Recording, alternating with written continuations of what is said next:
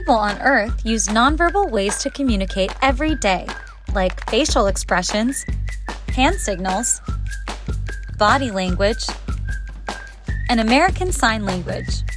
Astronauts in space have their own nonverbal way to communicate too. During the spacewalk and just generally during space operations all the time, communication is hugely important. So talking to the people who are outside, talking to the people on the ground, and obviously we have radios to do that, but a lot of times we wind up having to do that non-verbally. Hold on, stop.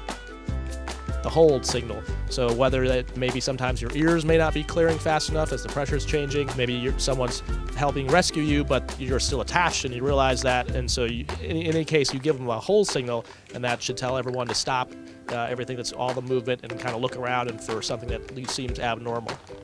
You okay? I'm okay. We really want to check on each other, check on our buddies. So the way we usually do that is we use the okay hand symbol.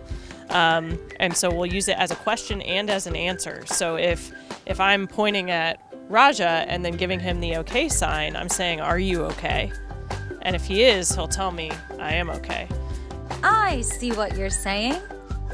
There's a lot of nonverbal that just comes from knowing and working with people that makes a big difference when you're working day in and day out, especially on a high-stress thing like a spacewalk, where just the look at someone's face can tell you, like, either, yeah, I'm good with this plan, or I've got reservations, maybe we should stop and talk about this, and you can do all that with just a glance, even through the glass of the space helmets. A handful of numbers. If you're flying formation, which we practice in the T-38, we also use hand signals just to keep up with those skills. And so one of the most common things is transmitting numbers with your hands. And so 1, 2, 3, 4, and 5 are pretty easy. And then the way we do 7, 8, 9, 6, 7, 8, 9, 10 without taking your hand off the stick is to turn your hand horizontal.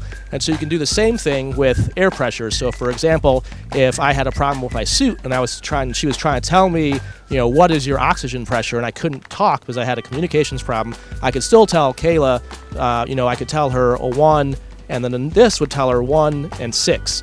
And then, I could do a combination of those numbers to transmit to her non-verbally what the state of any of my values on my suit, whether it's suit pressure, water pressure, temperature, all the different numerical values, we can use hand signals for that. Maybe we could demonstrate a few for each other and see if we can tell what the other person's hand signals are.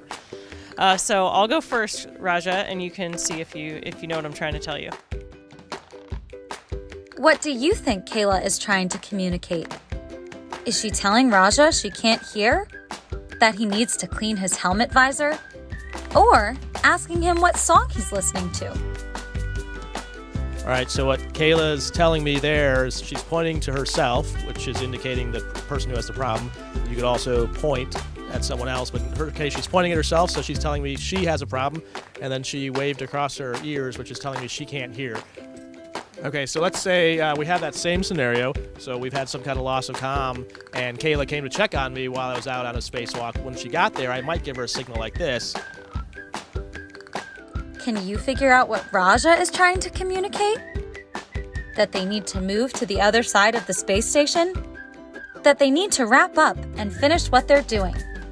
Or is he asking her to do a flip in microgravity? So there, Raja would be trying to communicate to me that we need to speed things up. Maybe he has a problem that's accelerating or getting worse, so he's saying it's kind of an urgent situation here, let's get a move on, more or less. Next time you see astronauts on a spacewalk, look out for some of the hand signals you learned today. You can even try them out with your friends to talk in your own nonverbal code.